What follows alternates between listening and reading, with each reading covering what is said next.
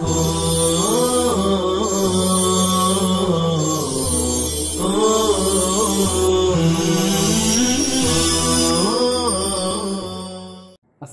علیکم ورحمۃ اللہ وبرکاتہ۔ عزیز طلبہ، کل جو ہے یعنی اس سے پہلے والے سبق کے اندر 13واں مخرج بیان کیا جا رہا تھا حروف صفیر کا۔ اس سے متعلق بہت سی باتیں آ چکی تھیں، چند باتیں باقی رہ گئی ہیں، وہ سماعت فرما لیں۔ مصنف نے فرمایا تھا والصفیر مستقن منہ ومن فوق الثنایا السفلی، کہ حروف صفیریہ وجود میں آتے ہیں اس سے یعنی طرف لسان سے، مراد جو ہے نوک زبان، اور ثنایا سفلی کے اوپر سے۔ تو اس میں جو ہے منہ ومن فوق الثنایا السفلی یہ حروف صفیریہ کے مخرج کا تکملہ ہے۔ آپ جانتے ہیں کہ حروف صفیریہ یعنی صاد، زا اور سین کا مخرج جو ہے کہا جاتا ہے کہ زبان کی نوک ثنایا سفلی کا کنارہ مع اتصال ثنایا علیہ کے۔ تو یہاں پر مصنف رحمۃ اللہ علیہ نے تو صرف کیا بیان کیا ہے، من فوق الثنایا السفلی، یعنی ثنایا علیہ کا اتصال اس کے اندر ہوتا ہے، لیکن ناظم رحمۃ اللہ علیہ نے اس کے اندر جو ہے ثنایا علیہ کا تذکرہ بالکل نہیں کیا ہے، تو یہ جو ہے گویا کہ مخرج مکمل نہیں ہے۔ تو اس کا ایک جواب یہ دیا جاتا ہے کہ ملا علی قاری رحمۃ اللہ علیہ فرماتے ہیں اس کا جواب دیتے ہوئے کہ لفظ فوق سے بطور ضد کے تحت الثنایا العلیہ بھی مراد ہے، یعنی فوق من فوق الثنایا السفلی، ثنایا سفلی کا فوق یعنی اوپر والا حصہ، تو اس کے ضد سے لفظ فوق کی ضد سے جو ہے تحت الثنایا العلیہ بھی مراد ہے۔ تو مطلب یہ ہوا کہ ثنایا علیہ اور سفلی کے اوپر نیچے اور زبان کی نوک سے یہ تینوں حروف ادا ہوتے ہیں۔ چنانچہ علامہ شاطبی رحمۃ اللہ علیہ فرماتے ہیں منہ ومن بین الثنایا ثلاثۃ، منہ ومن بین الثنایا ثلاثۃ، منہ اے من طرف اللسان رأس اللسان، یعنی زبان کی نوک اور ثنایا کے درمیان سے ثلاثۃ تین حرف ادا ہوتے ہیں۔ حروف صفیر جو ہے طرف لسان اور چاروں ثنایا، دونوں اوپر کا اور دونوں نیچے کا، چاروں ثنایا کے درمیان سے حروف صفیر ادا ہوتے ہیں۔ اور دوسرا جواب اس کا یہ ہے کہ حروف صفیریہ کی ادائیگی میں ثنایا علیہ کی حیثیت محض اتصال کی ہے، زیادہ اعتماد جو ہے ثنایا سفلی پر ہوتا ہے، اس وجہ سے مصنف نے جزو قوی کو ذکر کر دیا اور جزو ضعیف کو نہیں ذکر کیا۔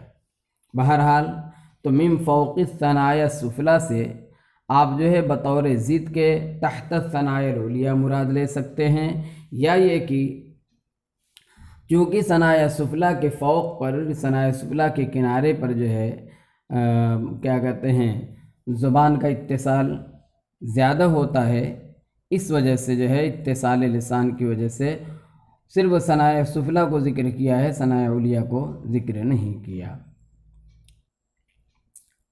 یہاں پر 13واں مخرج جو ہے مکمل ہوا۔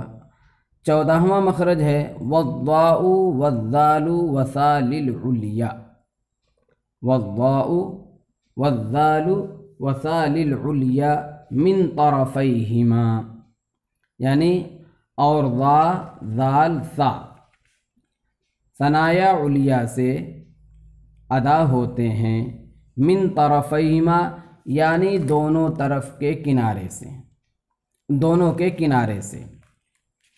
یہ جو ہے پورا اس کا مخرج ہے ضا ذال ثا کا، کہ والضاء والذال وثال العلیہ من طرفیہما، کہ ضا ذال ثا ثنایا علیہ سے ادا ہوتے ہیں من طرفیہما یعنی دونوں کے کنارے سے۔ اب دونوں کے کنارے کا مطلب کیا ہے؟ طرف لسان اور اسی طرح سے طرف ثنایا علیہ۔ تو اس 14ویں مخرج کے اندر مصنف رحمۃ اللہ علیہ نے جو ذکر کیا ہے وہ حروف لثویہ ہیں، ضا ذال اور ثا۔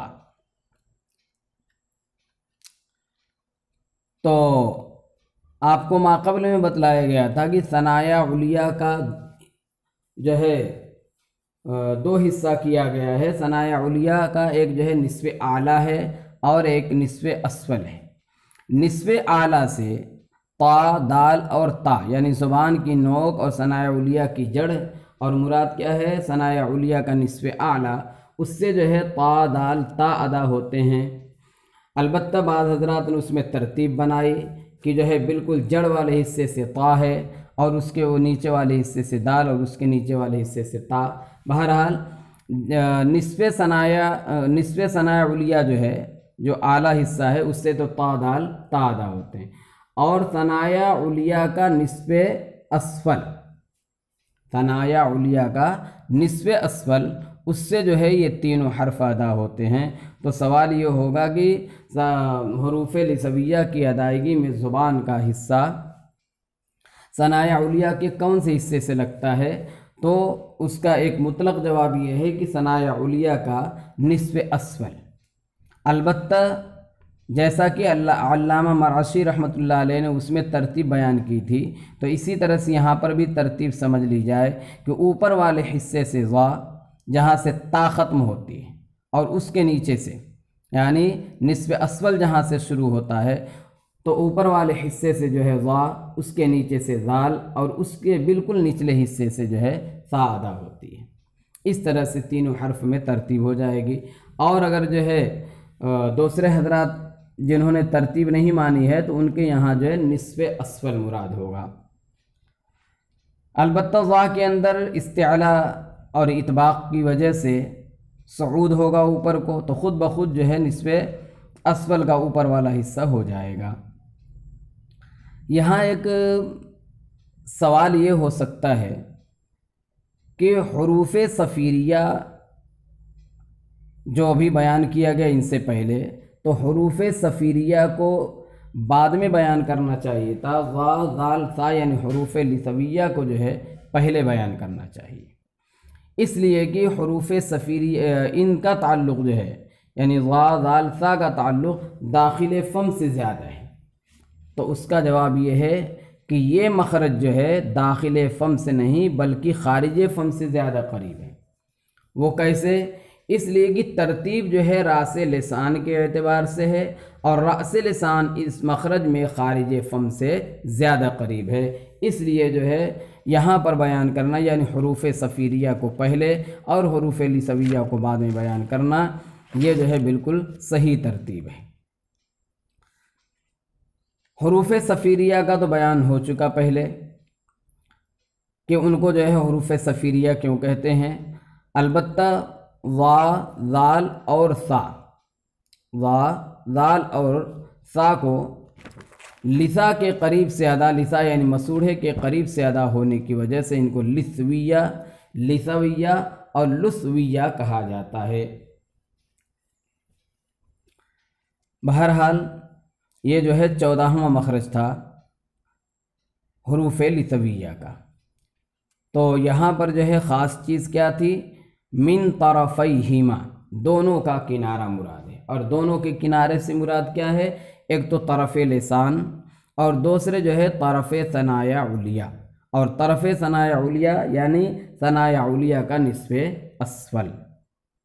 بہرحال اب جو ہے 15واں مخرج بیان کر رہے ہیں، وَمِن بَطْنِ الشَّفَةِ فَالْفَا مَعَ أَطْرَافِ الثَّنَايَا الْمُشْرِفَةِ، من بطن الشفة فالفا مع اطراف الثنايا المشرفة، یہ 15واں مخرج جو ہے فا کا ہے، اور وہ کیا ہے اس کا حاصل کہ ثنایا علیہ کا کنارہ نیچے کے ہونٹوں کی تری والا حصہ، اس سے جو ہے فا ادا ہوتی ہے۔ تو المشرفہ کے معنی آتے ہیں العالیہ یعنی اوپر والا ثنایا، تو ثنایا علیہ، اس لیے ترجمہ کیا کیا گیا، اور باطن لفظ سے تو وہ فا کا مخرج ہے مع اطراف الثنایا المشرفہ، ثنایا علیہ کے کناروں کے ساتھ، اور بطن شف سے مراد نیچے کے ہونٹ کی تری کا حصہ۔ اب یہاں جو ہے کوئی کم علم یوں کہہ سکتا ہے کہ ناظم علام رحمۃ اللہ علیہ نے مطلق جو ہے بطن شفہ ذکر کیا، ومن بطن الشفہ، تو نیچے والا ہونٹ اس سے جو ہے کیسے متعین آپ نے کر لیا کہ نیچے کے ہونٹ کی تری والے حصہ؟ اس کا جواب یہ ہے کہ الشفہ میں الف لام عہدی کا مان کر کے شفت سفلی مراد لیا جائے گا۔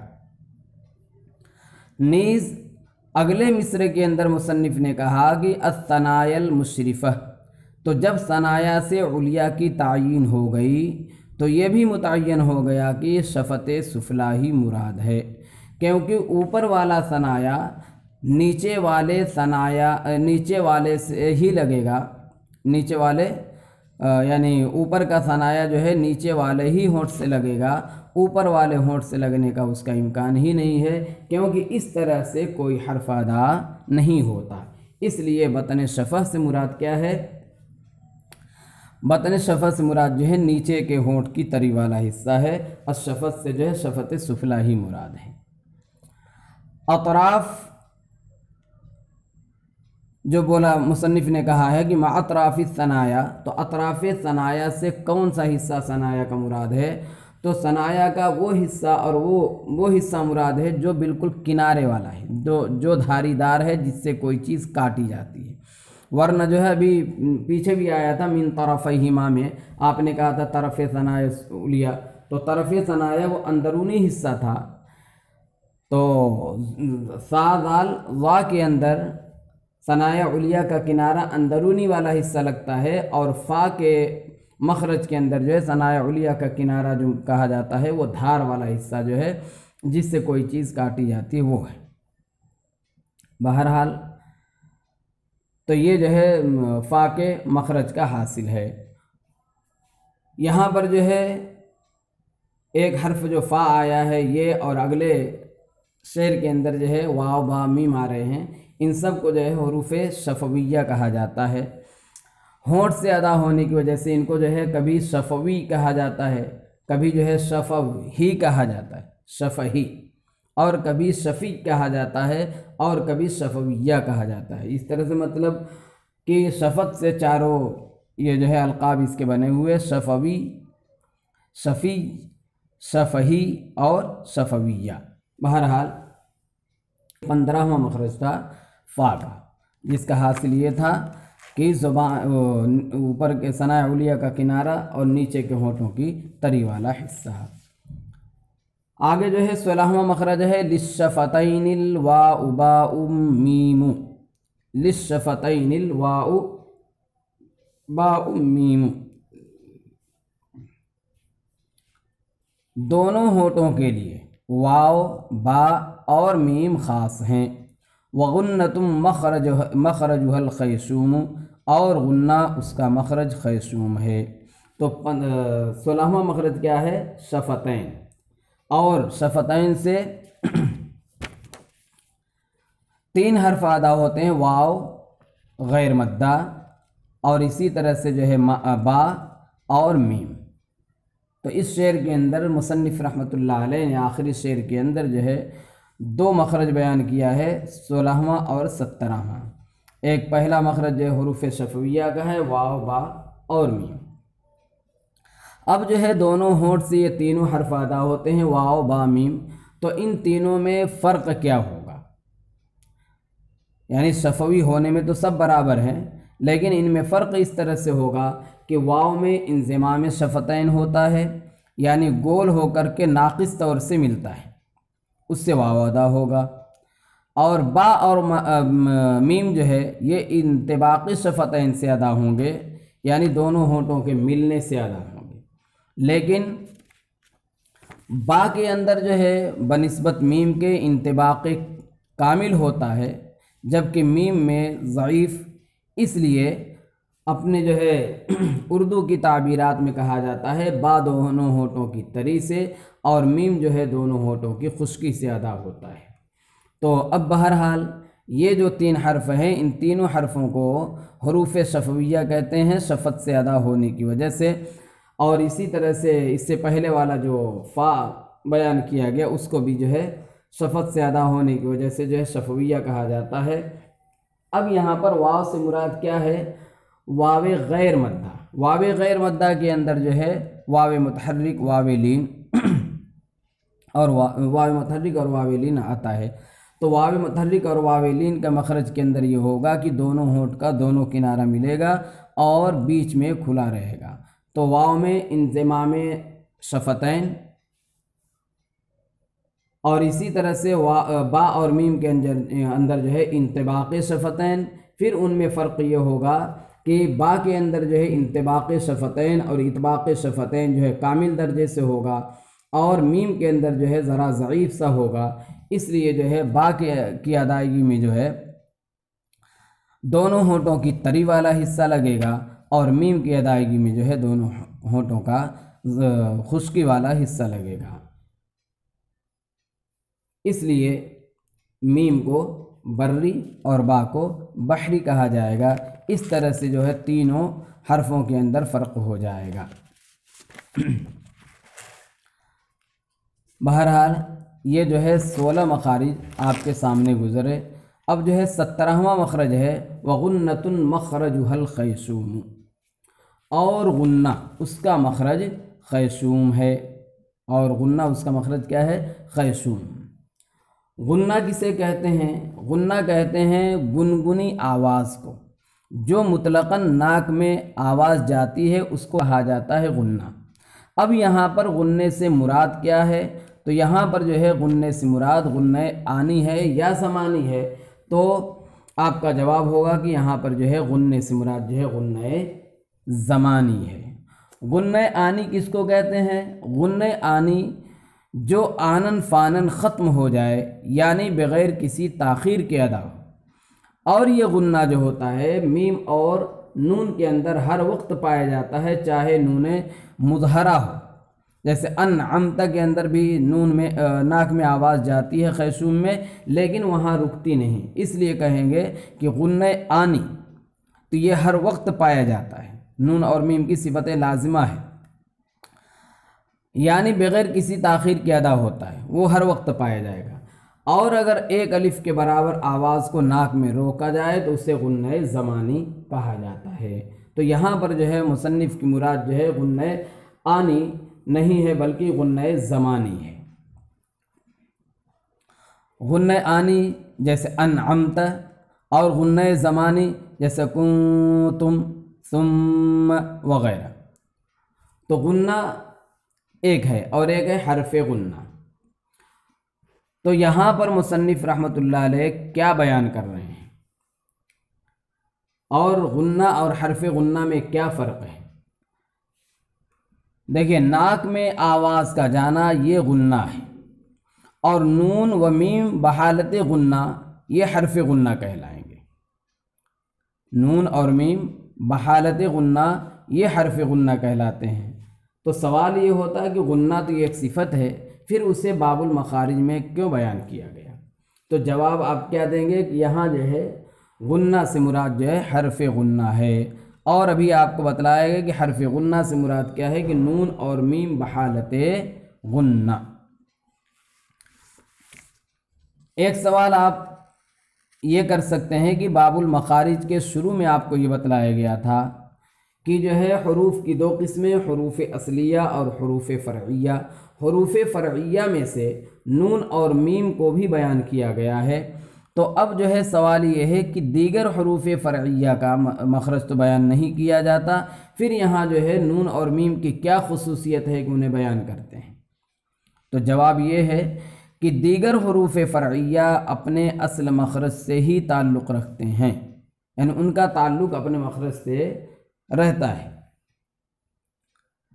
جبکہ نون اور میم بحالت غنّہ اپنے مخرج اصلی سے تعلق نہیں رکھتے، بلکہ ان کی ایک استقلالی شان ہوتی ہے، اس وجہ سے انہیں مستقل طور سے بیان کیا گیا ہے۔